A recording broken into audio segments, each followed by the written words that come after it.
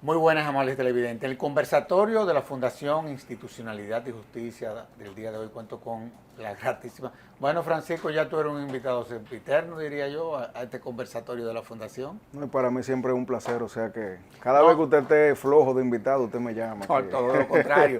Cada vez que surgen temas de relevancia interesantes, tengo que acudir a ti, porque la verdad es que los aportes en cuanto a lo que tiene que ver con el acervo jurídico que tú estás haciéndole, no solamente a la comunidad jurídica, sino también al país. O sea, tú eres un cientista y eres un estudioso de la ciencia jurídica, pero yo te he querido invitar a tratar un tema que yo sé que a ti te apasiona, porque tú eres vanguardista, tú ves más allá de la curva, eso lo estoy diciendo yo. Y generalmente ya los abogados de mi edad te tenemos que estar consultando todos, cada vez que se presentan temas que no dejan de ser novedosos. Claro, Esa es la realidad. Como por ejemplo la inteligencia artificial. claro. Tú eres de los que has venido dándole seguimiento, has venido inclusive siendo parte de congresos internacionales. Y la verdad es que tú tienes una visión interesante sobre el tema. Ahora, ¿por qué regular la obra? O sea, ¿cuál es la prisa?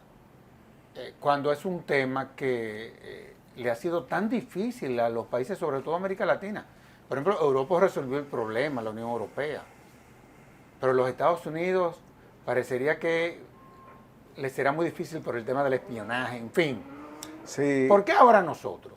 nosotros tenemos actualmente, creo que 2 proyectos de ley cursando en el Congreso, que buscan de una forma u otra definir, reglar, describir y de una forma u otra reglamentar lo que es el uso de la inteligencia artificial, pero se hace desde un punto de vista casuístico, es simplista.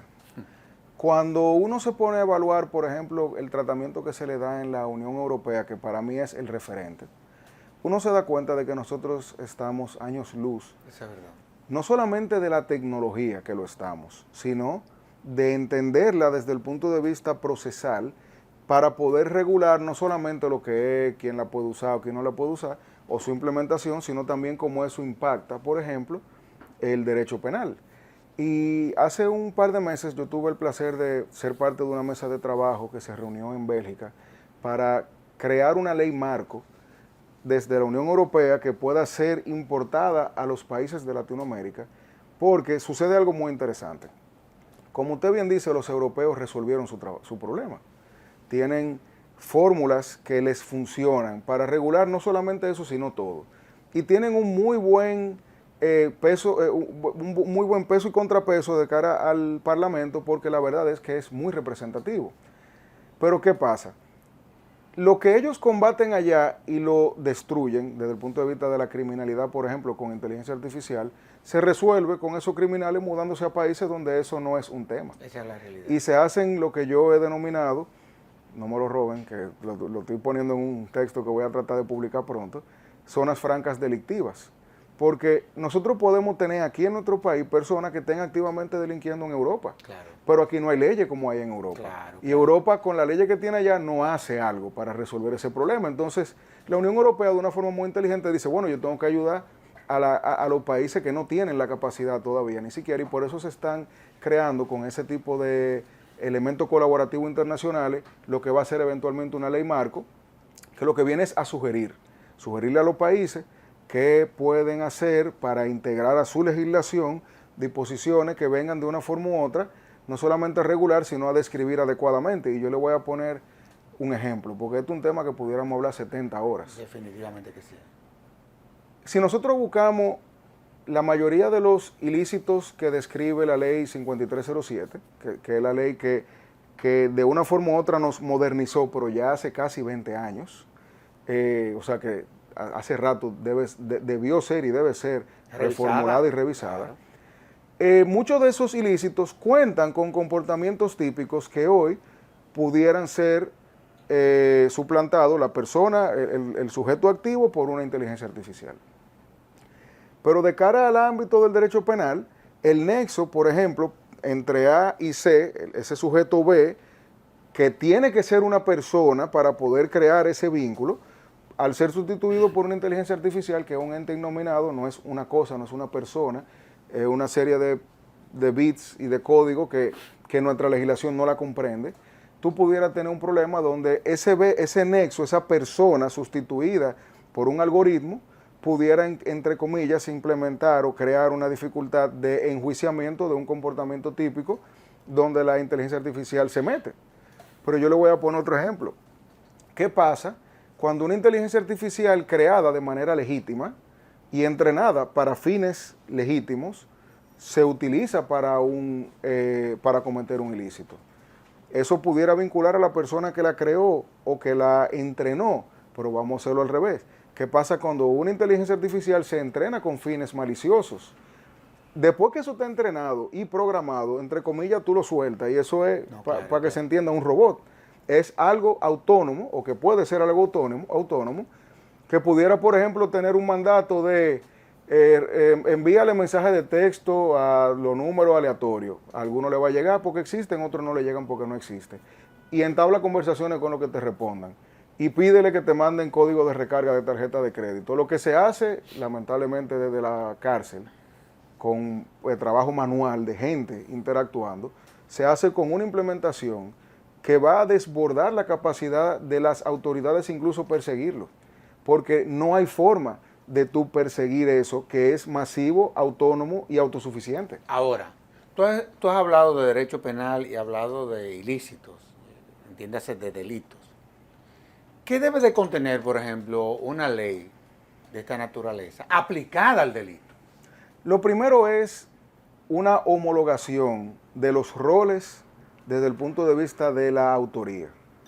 Yo debo tener una ley que me diga que si el sujeto activo que se espera es un ser humano, según lo que hasta ahora hemos visto en nuestra legislación, es sustituido por una implementación algorítmica de una inteligencia artificial, cual fuese, eso automáticamente genera una responsabilidad y también te permite hacer el vínculo. Porque el problema ahora mismo es que si por ejemplo yo detecto, tomando el ejemplo de la inteligencia artificial orientada a la defraudación por mensajes de texto, que es algo que pasa mucho aquí, de personas que lo hacen.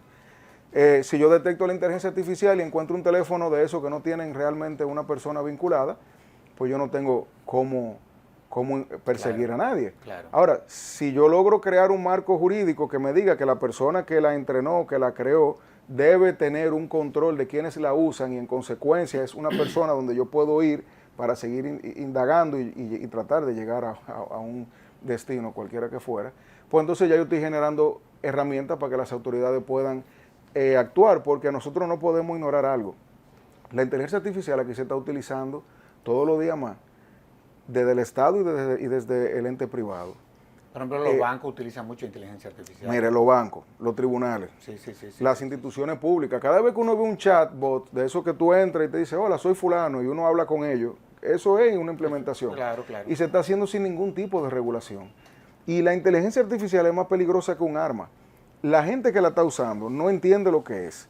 El que lo está utilizando como usuario, o sea, el que recibe el servicio vía inteligencia artificial, tampoco lo hace. Yo le voy a poner un ejemplo. Todo el mundo ahora está usando diferentes implementaciones, la más famosa de ChatGPT, que fue la que rompió el silencio, por lo menos en la vía comercial. Yo soy de lo que pienso que si nosotros como abogados le debemos un secreto a nuestro cliente sobre la confidencialidad de un documento y yo lo someto a una herramienta como ChatGPT y le digo, aquí está este contrato, identifícame cuáles son las penalidades en caso de que yo falle con el cumplimiento, que es algo que la gente hace hoy. Si ese documento estaba reservado por un contrato de confidencialidad, yo soy de lo que pienso que hacer eso debe tener la consecuencia del incumplimiento como si yo se lo di a usted. ¿Por qué? Porque yo no sé quién es esa empresa detrás de ChatGPT. Yo no sé si hay alguien atrás de eso que puede tener acceso a esos documentos. Más allá de que tampoco sé el uso que se le pueda dar, porque cuando uno firma esos contraticos que nadie lee, que lo que le da es para abajo y le da a aceptar, nadie lo lee porque son absurdamente amplios, pudieran estar ellos haciéndose dueños de toda la información que uno le está sometiendo. Entonces, usted me da su información confidencial. Yo, para ahorrar tiempo, la meto en una implementación de inteligencia artificial. yo estoy violando ese secreto que yo le debo a usted como abogado, pero nada de eso está descrito en la ley. Entonces, le voy a poner otro ejemplo todavía más feo. ¿Cuál es el bien jurídico protegido? En una implementación de inteligencia artificial, de la creación, por ejemplo, de un video pornográfico donde se involucren menores de edad cuando los sujetos no existen, son creaciones algorítmicas. Tú dirías, wow, pero eso está muy feo. Sí, pero no son sujetos de derecho, Claro, no son víctimas. Podemos nosotros entonces acuñar la tesis del peligro abstracto y decir, bueno, sí, pero es un infractor en potencia. Claro, Porque claro. el que tiene esa desviación y hace eso, evidentemente tiene un problema que hay que interceptarlo. Pero, ¿qué tú haces con eso si no tenemos la ley esa descripción? Porque todo lo que tenemos en la ley necesita una víctima y aquí, en ese entorno, aquí no la hay. Ahora, Francisco, la verdad que no es fácil esto, honestamente hablando, te lo digo. Y tú vas a tener que hacer muchos programas, inclusive hasta para que la gente entienda. Porque yo me pregunto, tú eres penalista. O sea, ¿cómo encajaría la inteligencia artificial con el derecho penal clásico, por ejemplo? Y ahí tenemos un grave problema. Pero es el tema. Porque mire, a la fecha tenemos una deuda de reforma del Código Penal. Claro. Que tiene 15 años de retraso, pero no tiene nada que hable de inteligencia artificial. Tenemos la ley 5307 que va a cumplir ya 20 años, que igual, cuando se creó la ley, esto no era una realidad palpable. Entonces, nosotros tenemos un grave problema de interpretación, porque nosotros sí podemos agarrar la estafa y con mucho trabajo llevarla a cosas que el legislador de aquel entonces jamás imaginó. Pero ya cuando se habla de inteligencia artificial, que puede ser incluso un catalizador, un potencializador del delito, en magnitudes que jamás se pudieron haber imaginado, yo diría que incluso hace 10 años, nosotros tenemos un problema de interpretación que no va a ser posible vencerlo sin herramientas legislativas bien pesadas y estructuradas, que no es lo que se está haciendo aquí. Nosotros tenemos ahora mismo los proyectos que están corriendo, que yo he leído 2, me parecen que son buenos esfuerzos para lo que uno en principio está viendo aquí. Pero cuando uno se le abre la cabeza viendo lo que hacen los países, por ejemplo en Chile tienen una implementación desarrollada autónoma, o sea, por ellos mismos con ayuda de las universidades, donde hay una fiscal virtual ahora mismo, que ha ayudado a desahogar las fiscalías porque te recibe la denuncia, te la categoriza, te la identifica dependiendo del tipo penal, de las pruebas que tú tienes, de la fortaleza o no, y eso hace que el Ministerio Público chileno tenga una base de datos actualizada que incluso te pone en rojo los delitos, los procesos que están próximos, por ejemplo, a perimir o a ser víctima de una extinción y te ayuda incluso a darle prioridad. Claro. Entonces, nosotros estamos viendo como en la región se está haciendo un desarrollo no solamente de definir, sino de implementar con coherencia herramientas que van a ser muchísimo más eficientes la administración de justicia. Y nosotros todavía estamos hablando de si ChatGPT se puede o no se puede usar en una institución pública y si la licencia hay que licitarla o no, si la puede comprar la institución de manera directa o no. Entonces, el punto de vista simplista que le estamos dando es muy peligroso porque esto es algo que en 3 años, en 2 años, en 1 año, va a cambiar el mundo como lo conocemos. Ya lo está haciendo, sin nosotros darnos cuenta.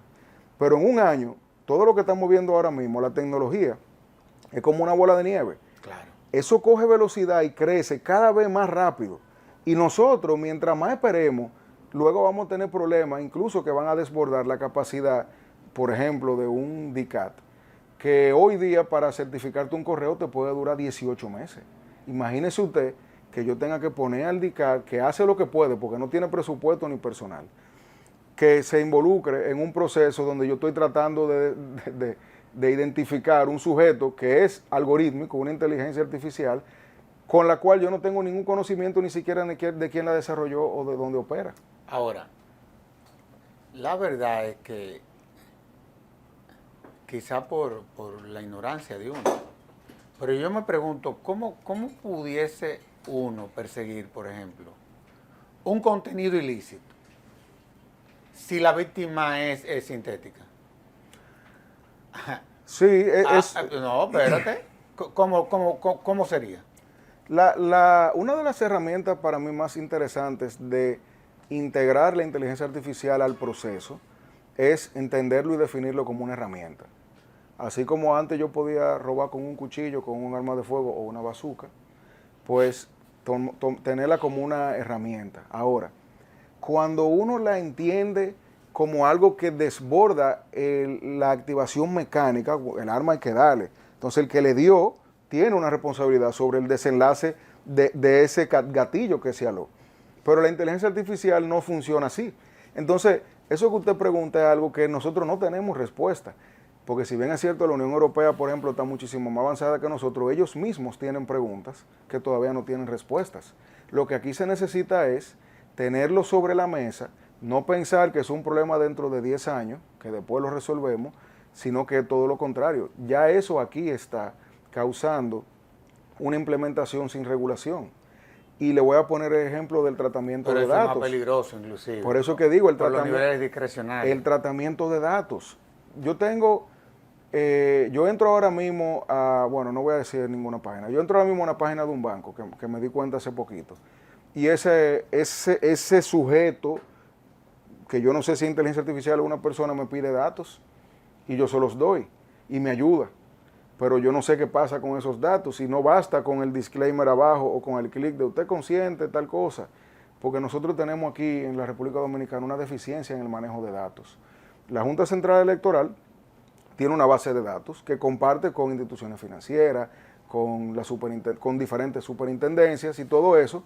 Sin embargo, cuando uno ve como ciudadano, como cuando yo voy a un banco y pongo el dedo, él sabe que soy yo, uno no entiende cómo eso pasó porque yo nunca le di mi dato al banco. Que es lo que nos diferencia de países, donde sí hay como una conciencia ciudadana de qué es el dato, de qué es la privacidad, de qué es el secreto que todos nosotros tenemos y de cómo la institucionalidad en torno nos ayuda a hacer cosas de forma más fácil. Ahora, esto abre muchas interrogantes, muchas interrogantes. Por ejemplo, tú sabes que existen los peritos forenses. Yo me pregunto, ¿y qué rol jugarían en inteligencia artificial? Mire, las universidades están pasando muchísimo trabajo. Oye, porque no saben, Francisco, no saben cómo diferenciar entre un trabajo hecho por inteligencia artificial y uno por un joven. Pero yo voy más lejos. En los últimos 8 meses, la calidad del producto de una inteligencia artificial comercialmente disponible y barata, 5, 10, 15 dólares, te provoca o te produce un texto que con un esfuerzo mínimo cualquier estudiante lo puede hacer pasar por un trabajo que él realizó e incluso que superaría la misma calidad que iba a tener si lo hubiese hecho él sin ninguna ayuda. Eso es en las universidades. Vamos ahora a dar el brinco al mundo real. ¿Cómo una persona puede detectar que si algo se creó o no con inteligencia artificial si ni siquiera tenemos localmente la educación necesaria para ello? Pero tampoco tenemos convenios internacionales donde estemos enviando personas de aquí fuera a prepararse para volver con ese conocimiento para tener la capacidad de hacerlo. Por eso es que yo pienso, y ahí es una opinión personal, que nosotros tenemos como dominicanos que entender que aquí no hay calidad técnica todavía, o por el momento, para tener peritos de esa naturaleza. Y que no podemos depender del sector privado, de que quiere enviar a alguien fuera, un papá que quiera mandar a un joven y que ese joven quiera después volver y se quiera entonces emplear para fungir como perito en esa categoría. Y por eso yo pienso que la idea es, en ese sentido, buscar un tema de colaboración internacional. Yo pienso que la misma Unión Europea, que es quien a nosotros nos ayuda mucho como país en esos temas, debería tener una implementación, entre comillas, disponible en modo colaboración internacional, como tenemos muchos otros tipos. Claro. Y que República Dominicana y todos los países que tengan deficiencia tecnológica puedan acceder a eso. Y que la Unión Europea, como decíamos al inicio, también se esté cuidando de que no haya una proliferación de criminales internacionales desde la República Dominicana y los otros países que tengan la condición de nosotros, para que cuando necesitemos hacer una auditoría técnica, una pericia sobre un producto, sobre un desarrollo, sobre un proceso, para detectar cosas vinculadas a la inteligencia artificial, pues lo hagamos a través de eso. Porque yo le pongo un ejemplo. Usted agarra un texto de una tesis y lo pone en una inteligencia artificial y le dice, dime si esto fue escrito con inteligencia artificial. Y la inteligencia artificial lo más que le va a decir es, hay un 83% de probabilidades, pero con eso uno no puede tomar una decisión definitiva. Y eso es en una tesis de una universidad. Si nosotros nos vamos a un mensaje, que yo recibí un mensaje amenazante, y cuando vemos, no, por eso no fui yo, eso fue que suplantaron mi identidad. ¿Y quién la suplantó? Oh, no sé, y cuando revisamos hay código, hay rastros de código que indican que hubo una implementación de algo que se generó solo, lo que diría es inteligencia artificial. Tú sabes que nosotros aquí en la fundación, bueno, tú nos has ayudado muchísimo en eso. Y sobre eso quiero hacerte una pregunta más adelante, sobre todo que va en la dirección de la protección de datos. Pero tú sabes que aquí nosotros usamos la inteligencia artificial, mucho. Hasta tal punto de que cuando nos solicitan trabajar en una determinada ley, ya nosotros, haciendo uso de la inteligencia artificial, le preguntamos si hay artículos de esa ley que se está proponiendo, que viene en la Constitución, e inmediatamente te da la información ahí mismo. Te limpia Sí. el documento. Sí. Y en el hipotético caso de que haya cualquier situación que viole la Constitución, te lo identifica y te dice hasta el por qué. Sí. Es una cosa impresionante. Y te cita precedentes No. constitucionales de aquí. De aquí. De posturas recientes. Ahora, ¿cómo evitar, por ejemplo, que la protección de datos, ¿verdad?, me pueda frenar investigaciones? O sea, ¿cómo se pudiese evitar eso? No solamente investigaciones académicas, también investigaciones, diría yo, que criminales. ¿Por qué? Porque ¿Tú estás seguro? en un mundo ideal, si usted me pregunta a mí, yo diría que la ley la ley, que no existe, pero la ley en general, debería decir que todo lo que pueda ser considerado como violatorio de la confidencialidad de un documento, de entregárselo a un tercero, se debe homologar a tú entregárselo a una inteligencia artificial. Porque tú solo estás dando un ente innominado que uno no sabe quiénes tienen acceso a eso al final. Claro. Entonces, cuando el Estado utiliza la inteligencia artificial, que la está usando sin regulación y sin hacerlo visible, porque todos nosotros tenemos en nuestro celular ahora mismo una aplicacioncita o dos que lo hacen, y que la gente lo está usando más que Google.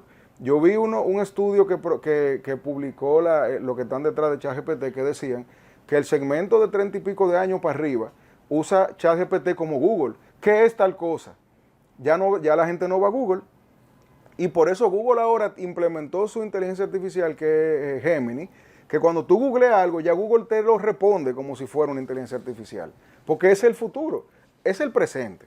Y para allá que estamos, vamos a decir que es el camino. Ahora, ¿cómo nosotros debemos tratar ese tema? Yo pienso que todo lo que esté disponible y público, no hay ningún tipo de inconveniente. No, claro que no. Ahora, si yo a usted lo contrato para que usted me haga una debida diligencia y yo le entrego los documentos de mi empresa confidenciales y firmamos un NDA, yo entiendo que si usted lo va a meter en un procesador de inteligencia artificial, usted debería decírmelo para yo autorizarlo. Aunque eso esté en el contrato de servicio, que es lo que yo sugiero que hagan las oficinas de abogados, que es lo que yo entiendo se debe hacer. Los documentos que me den, todo eso bien, y podrán ser depurados de manera automática para ser más eficientes y eficaces por inteligencia artificial, autónoma y que manejamos, etcétera, etcétera, etcétera. Porque si no, desde que eso se coloca ahí, y le voy a poner un ejemplo, si usted estaba siendo objeto de un hacker, de una interceptación de datos, y usted lo manda a una implementación de inteligencia artificial, pues en ese envío pudiera ser interceptado un dato sensible. Y si eso sucede, en el momento que llega a la inteligencia artificial, pues nosotros no sabríamos dónde o en qué momento fue que ocurrió, entre comillas, esa filtración de alguien que obtuvo un documento que no debía tener. De nuevo volvemos a lo mismo y no tenemos forma tampoco de detectar eso, porque la capacidad forense de nosotros hacer ese tipo de estudios no la tenemos. Y eso genera más problemas y más preguntas que respuestas y creatividad que nosotros podamos tener ahora mismo. Definitivamente. Vamos a hacer una pausa y de inmediato volvemos con este interesantísimo programa.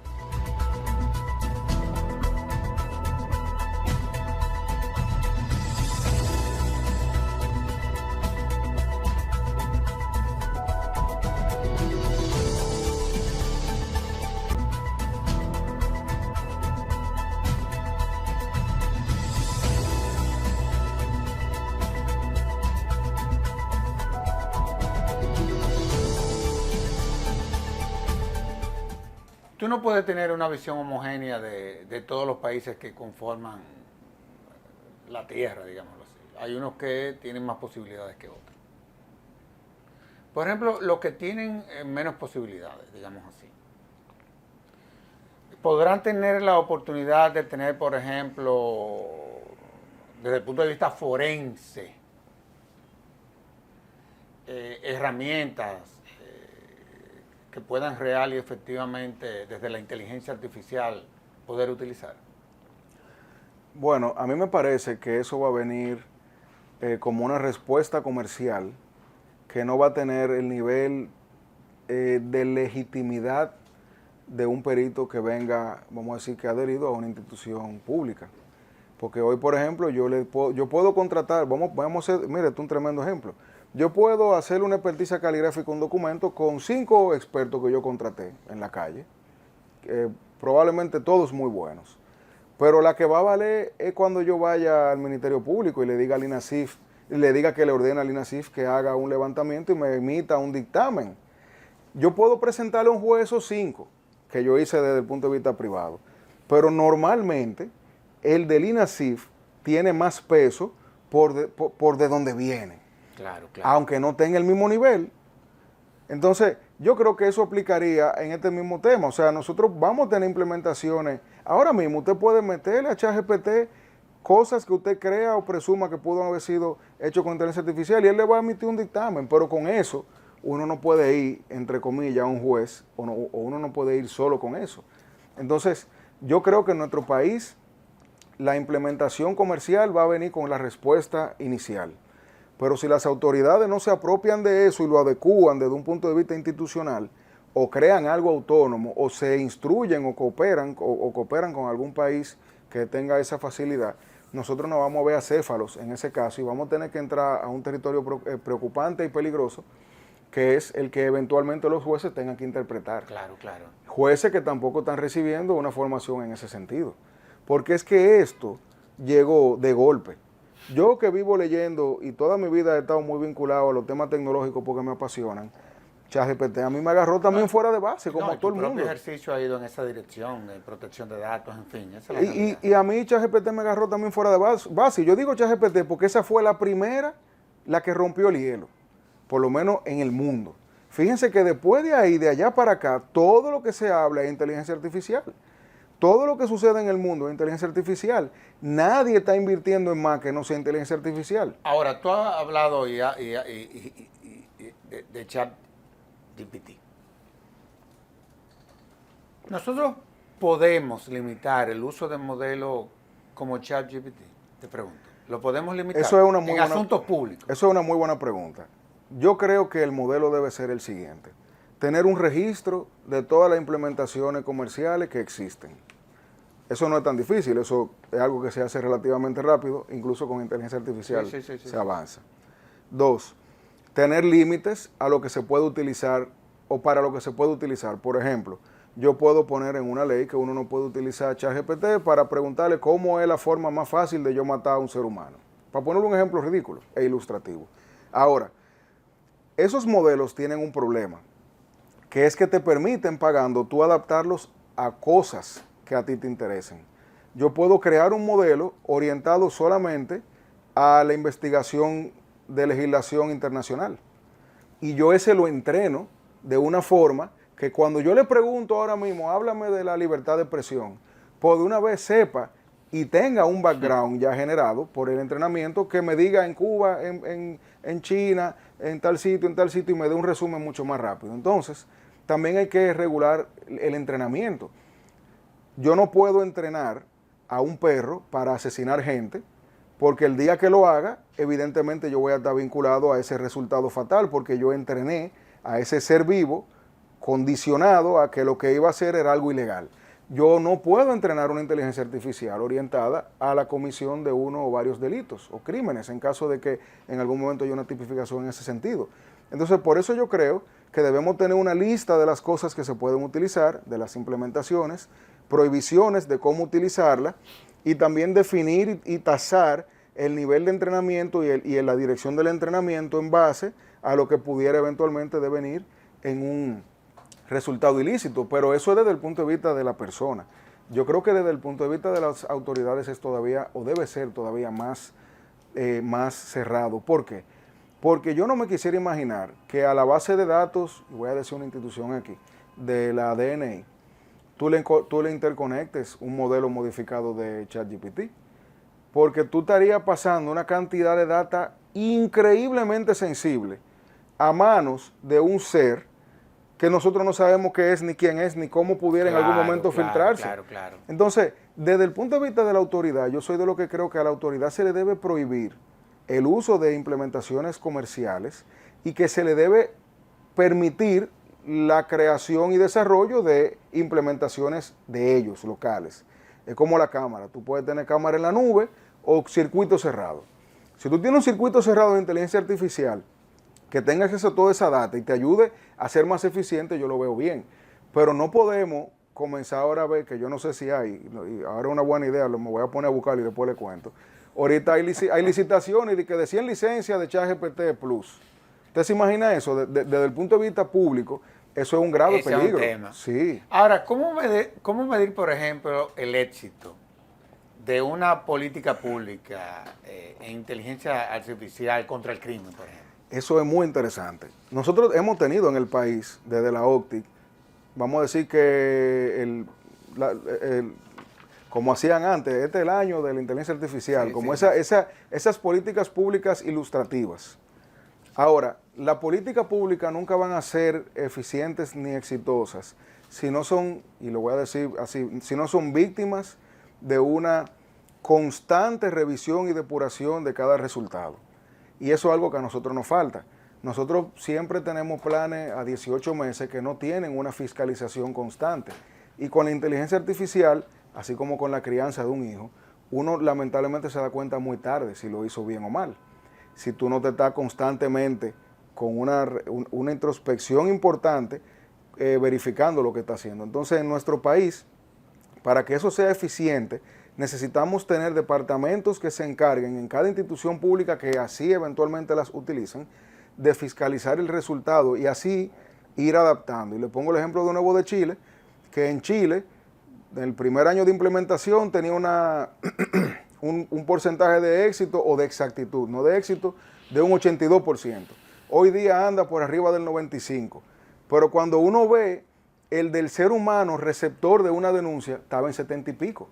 Entonces, indefectiblemente estamos, entre comillas, mejor hoy en el modelo chileno, que te recibe la denuncia, te la describe adecuadamente, te la tipifica cómo va, te dice lo que tú tienes y lo que tú no tienes, y luego lo mete en un sistema interconectado, que la típica denuncia que se recibe en un cuartel, que luego tiene que alguien escribirla, no necesariamente con lo que uno dice, sino con lo que él entendió que uno dijo, luego pasarlo a un departamento que también tiene que de nuevo digitalizarlo, y luego eso se pierde en un mar de documentos tiene el usuario que cae atrás. Por eso es que las estadísticas en República Dominicana vienen de diferentes litorales. Tú tienes una estadística del Ministerio Público, tú tienes uno de la policía, tú tienes una de la fuerza de trabajo de los lunes, que se reúne el Poder Ejecutivo con el Ejército, Ministerio Público, etcétera. Tú tienes uno del Ejército, tú tienes uno de ustedes, de Finjus, tú tienes uno de la Defensoría de la Defensoría Pública. No hay un sistema interconectado porque está todo regado y todo habla lenguaje distinto. Ahora, ¿qué mecanismos legales, por ejemplo, pueden implementarse para evitar discriminación algorítmica, digamos así, en el uso de la inteligencia artificial? Nosotros necesitamos, y yo ahí le confieso que no sé cuál sería la mejor forma de hacerlo, pero nosotros... porque esa parte me preocupa, honestamente hablando. No, y nosotros hoy deberíamos tener carreras que no solamente estén orientadas a crear los profesionales que puedan hacer eso, sino que lo incentiven. Si yo, y yo no soy político porque creo que sería un gran fracaso, pero si yo fuera presidente, yo dijera mañana, vamos a crear 100 plazas, vamos a traer a los profesores de fuera y vamos a darlo gratis. Y le vamos a dar trabajo a todo el que estudie eso, porque para allá que vamos. Claro. En 5 años nosotros tuviéramos un roster de profesionales que van a estar habilitados para comenzar, así como a regarse dentro de todo lo que tenga en el paladar académico, legislativo y por necesidad administrativa, a arreglar o a entender por lo menos lo que está pasando. Por eso yo creo que el primer paso es la educación y entender que nosotros no podemos comprar el talento ni el conocimiento. Hay que comenzar a educarlo desde ahora, en los colegios, no solamente en las universidades y también a la sociedad en general, porque de nuevo le digo, nosotros tenemos gente que le mete información sensible a implementaciones de inteligencia artificial sin saber que eso que tú le estás entregando eventualmente es propiedad de la empresa que está detrás. Ahora, por ejemplo, vamos a hablar desde el punto de vista de quién sería el responsable en cuanto a todo lo que tiene que ver con el uso de la inteligencia artificial autónoma. Si es el desarrollador, si es el usuario, si es el fabricante. Oye, esto es un tema. Esto es un tema, honestamente no te lo digo. No, y más que... O sea, ¿quién sería el legalmente responsable? Usted me hizo una pregunta ahorita, que era que cómo yo puedo cuidar el tema de datos, pero al mismo tiempo hacer mi investigación. Eso mismo pasa aquí. ¿Cómo tú restringes una implementación de inteligencia artificial para cuidar que no se utilice o que no se mal utilice? Si al final parte de la utilidad de esa inteligencia artificial es la libertad de desarrollarse como tal. Eso es como que uno venda armas que para tú disparar tú tengas que primero conseguir el permiso de que es para defensa propia o de un tercero. Entonces, la verdad es que si me preguntan a mí, yo diría que debe haber un registro público de las implementaciones y que los desarrollos particulares deben también contar con un registro y que la persona tenga la descripción de comportamientos típicos que de comprobarse se generen, responsabilidad para él y que eso yo no sé cómo se pudiera hacer aquí porque ninguna inteligencia artificial es totalmente local, la posibilidad de que la misma inteligencia artificial o la implementación tenga la necesidad de tener un backup al cual las autoridades puedan ingresar en el momento en que necesiten tener información, porque ahora mismo yo puedo preguntarle a ChatGPT cuál es la forma más fácil de yo robar un banco. Y él me va a decir, no te lo puedo recomendar, pero te va a decir todo. Y después yo lo borro y ya, entre comillas, ahí quedó el rastro. Ahora, si dentro de las cosas que se utilicen por la vía legal, que es la única vía que se puede hacer, se obliga a que esas implementaciones guarden como cámaras de seguridad información 20, 30, 40 días después que haya sido borrada, yo entiendo que eso pudiera también ser útil, porque al final de cuentas nosotros tenemos una carrera ahora mismo que ni siquiera hemos comenzado a correr y que ya hace rato comenzó, que tiene más preguntas, dudas y que respuestas. Por ejemplo, me surge la siguiente pregunta, y tú manejas el tema también de la propiedad intelectual.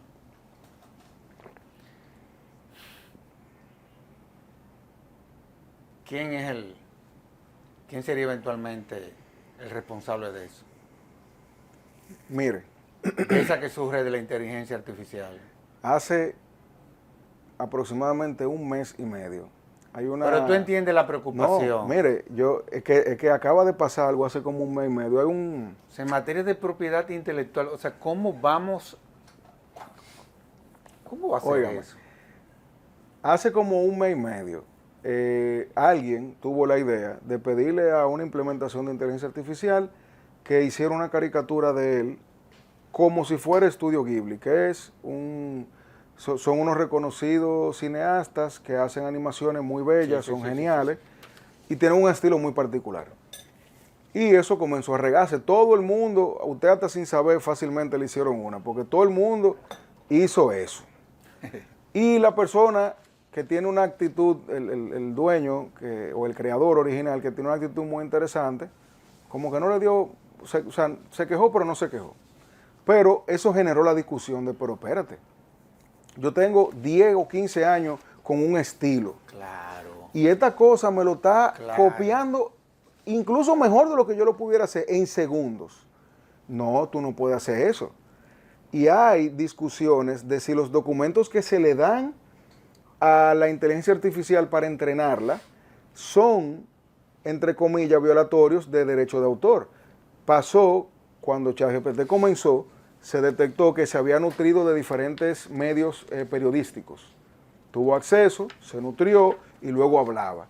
Y esos medios, algunos de ellos, demandaron a la empresa y decían, oye, que tú te entrenaste con el trabajo mío y eso es mi propiedad intelectual y eso no está bien. Pero volvemos a lo mismo. Yo puedo leer el periódico y aprender y de ahí escribir un libro y eso no es violatorio de la propiedad intelectual a menos a menos que se detecte real y efectivamente, entre comillas, una copia. Entonces, la pregunta suya no tiene respuesta. Y lo peor es que ya está sucediendo. Porque yo puedo ahora mismo agarrar un artículo suyo, decirle a una implementación de inteligencia artificial, parafraséame el artículo que habla sobre la libertad de expresión y cítame 2 o 3 jurisprudencias locales y hazlo que no se pueda vincular al artículo anterior. Y ya ahí yo tengo una copia de su artículo, que yo la puedo publicar en algún medio. Usted no se va a dar cuenta, pero usted fue, entre comillas, el autor vulnerado. Y eso pasa con guiones, con libros, con poemas, con imágenes, con películas. Y todo eso está pasando al margen de la ley. No hay una homologación de comportamientos. Por ejemplo, otra pregunta que se me ocurre. Derecho a la privacidad. Protección de datos. ¿Tú no crees que se debería de exigir transparencia algorítmica como un derecho fundamental? Te pregunto. Sí, nosotros debemos tener esa discusión. ¿Verdad que sí? Sí, eso es lo que se me ocurre porque... Es importante que en una ley se reconozca el derecho que uno tiene, así como usted tiene derecho a que yo no revele información sensible que yo maneje por las razones que fuera. Y vamos a hablar, por ejemplo, del secreto profesional, que es la forma más fácil de entender ese tipo de deber. Yo debería tener una ley que me prohíba a no solamente compartir documentos con usted o con cualquier persona que me lo pida, o a guardar por X o Y tiempo, sino también a compartirlo con inteligencia artificial. Pero a mí me parece que lo peor de esa discusión viene de la inteligencia artificial que se aplica como una solución de conversación. O sea, también a mí me surge ahora la idea de que el ciudadano o el usuario debe saber que está hablando con una inteligencia artificial. ¿Verdad que sí? Que no siempre sucede. No siempre sucede. Y también debe tener conocimiento de cómo se audita esa inteligencia artificial. Porque se puede estar auditando y así que se hace con seres humanos, que quizá no saben que soy yo que estoy hablando, porque se puede eliminar, entre comillas, para ese tercero, vía encriptación, que es Francisco que está hablando y dijo tal oye cosa. Pero hay personas físicas que están revisando y auditando lo que yo estoy hablando con una inteligencia artificial que yo creo que es privada. Entonces, para mí ahí la clave va a estar en una transparencia de punto a punto. Yo debo saber que es una inteligencia artificial, yo debo saber cómo se audita, yo debo saber cómo se trata esa data y yo tengo que saber qué ellos hacen con lo que yo le estoy proporcionando. Porque si la sesión, por ejemplo, con un banco o con el mismo Poder Judicial, que tiene una implementación buenísima que se llama Leia, creo que se llama. Sí, inclusive en todo lo que fue el Congreso Iberoamericano, sí, ellos hicieron una exposición tecnológica y la verdad es que hay que felicitar al presidente de la Suprema Corte de Justicia. Él tiene esa visión, ¿eh? Él es Verizon. Desde el día 1. Y no porque él haya sido o estuvo en el Indotel, no. Es que cuando él era el director de la escuela, sí. Él siempre tuvo esa visión tecnológica de todo. Y cuando él llegó al Poder Judicial, yo siempre dije, fue pocos meses después fue que llegó la pandemia. Sí, él fue el que más provecho le sacó. Y nosotros tuvimos la suerte de que como era él que estaba ahí, esa transición de golpe al plano virtual, que fue lo que permitió que siguiéramos teniendo por un momento, obviamente con sus críticas, sí, pero que se le hicieron pero la justicia no se cerró. la justicia no se cerró. No se cerró. Y, No se cerró. y yo creo que implementaciones como esa, que por ejemplo tienen WhatsApp, le voy a poner el ejemplo de la misma ley del Poder Judicial, tiene WhatsApp. Tú puedes escribirle ahora mismo, hola, y te va a decir con qué te ayudo, seguimiento de expediente. Increíble. Y le pone el número. Ahora, es evidente de que esto comienza a tener un impacto en todo lo que tiene que ver con el ejercicio de la profesión. Ahora, ¿qué estamos haciendo? Pues estamos hablando del Poder Judicial, ¿qué están haciendo las universidades? O sea, realmente nos estamos preparando académicamente. Fíjate que todo lo que tú estás planteando aquí no deja de ser para muchos de nosotros.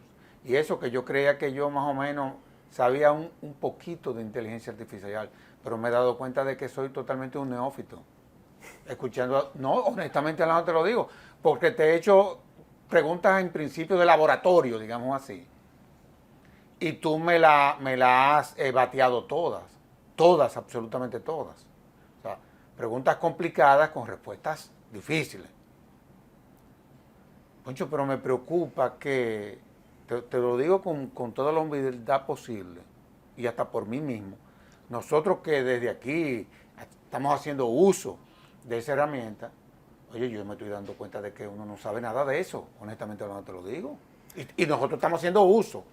Sí, y usted dijo algo muy importante, ¿qué estamos haciendo? ¿Qué estamos haciendo? Las universidades, incluso las más aventajadas, no están abordando el tema de la educación en inteligencia artificial de la forma en la que se debe. Para mí, por lo menos como yo lo veo, por dos razones. Número uno, tú no puedes, yo no soy experto en inteligencia artificial, yo lo que la he estado usando mucho y me he interesado en aprender sobre ella. Pero si uno sí, sienta... pero tú manejas los conceptos. Claro, pero si uno sienta que un ingeniero que conozca cómo funciona ese lenguaje, te da unas respuestas que son muy diferentes a las que yo pueda dar. Pero entonces tampoco puede ser él solo, es una combinación. Porque el técnico puro habla un lenguaje que no llega. Pero entonces el que se interesa desde otro litoral a aprender cómo funciona, entonces puede ayudar, entre comillas, a traducirlo. Y por eso yo creo que si yo me lo imagino como un programa, en las universidades se tienen que crear esos programas que se da como práctica y teoría, donde de la mano vaya un ingeniero en sistemas que haya sido especializado en eso, de la mano de alguien que ayude a los muchachos a entender cómo eso se traduce al mundo real. Porque yo puedo hablar muy bonito, leyendo y aprendiendo y algorítmico y qué sé yo qué, cosas que la gente no va a entender, pero si yo no le explico, cuando tú metes un documento, ese documento se desbarata, se vuelve datos y se mete en una licuadora, que luego que se licúa, está regado porque eso es de ellos, y entrenó este modelo mío y entrenó el modelo de ellos. Ahora, Francisco, el mundo es uno y está totalmente interconectado. Hasta tal punto de que aquellos que, por ejemplo, se fugan de una prisión o salen de un país teniendo impedimento de salida, oye, lo van a encontrar. La Interpol lo va a encontrar. Sí. No se ha salvado nadie, por lo menos, en los últimos 10 años. Todo el que se ha ido de aquí teniendo impedimento de salida, lo terminan atrapando. Tarde o temprano. Yo sí. no sé dónde, pero lo atrapan. Sí. Y vuelven y lo traen. Bueno, ¿tú no crees que debiera de haber una legislación global? ¿O tú crees que por la idiosincrasia que tienen nuestros países, cada país tiene que tener su ley de inteligencia artificial? Yo creo, eso fue una discusión que se tuvo en esa mesa de trabajo en Bélgica. Si nos enfocamos en principios o si nos enfocamos en los procesos. Yo soy de lo que pienso de que debe haber una ley de principios de una forma u otra homogénea que sirva para nutrir todos los esfuerzos legislativos de cada país y que el país lo tome y lo adapte. Pero con esos principios básicos y eso, como dicen los gringos, talking points que tenemos que discutir en el Congreso, tomar decisiones. Por ejemplo, hay cosas que en Chile, que en Perú, que en España pudieran hacer sentido que aquí no. Ahora, lo discutimos. ¿Cómo tratamos tal cosa?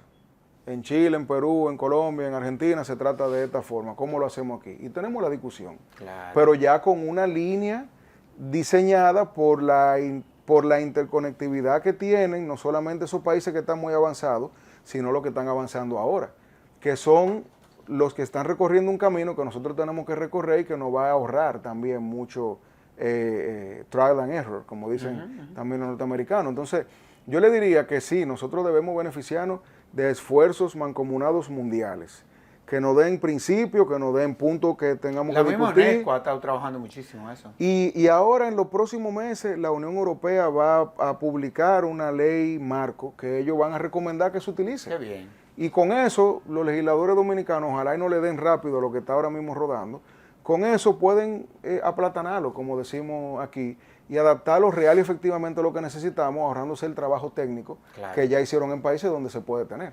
Francisco, gracias. Increíble, tenemos una hora, pero no fue suficiente, como tú decías. Sí, Vamos a tener que hacer inclusive una serie de programas, ya por temas, porque lo manejamos desde el punto de vista general, pero ya yo creo que debiéramos ya de irnos enfocando en temas específicos y desarrollar esos programas. Una vez más te agradezco el que haya correspondido al conversatorio de la Fundación. Gracias. No, gracias a usted por la invitación, cuente conmigo siempre. Y a ustedes, amables televidentes, les decimos hasta la próxima, en donde estaremos en un nuevo conversatorio de la Fundación Institucionalidad y Justicia. Hasta entonces.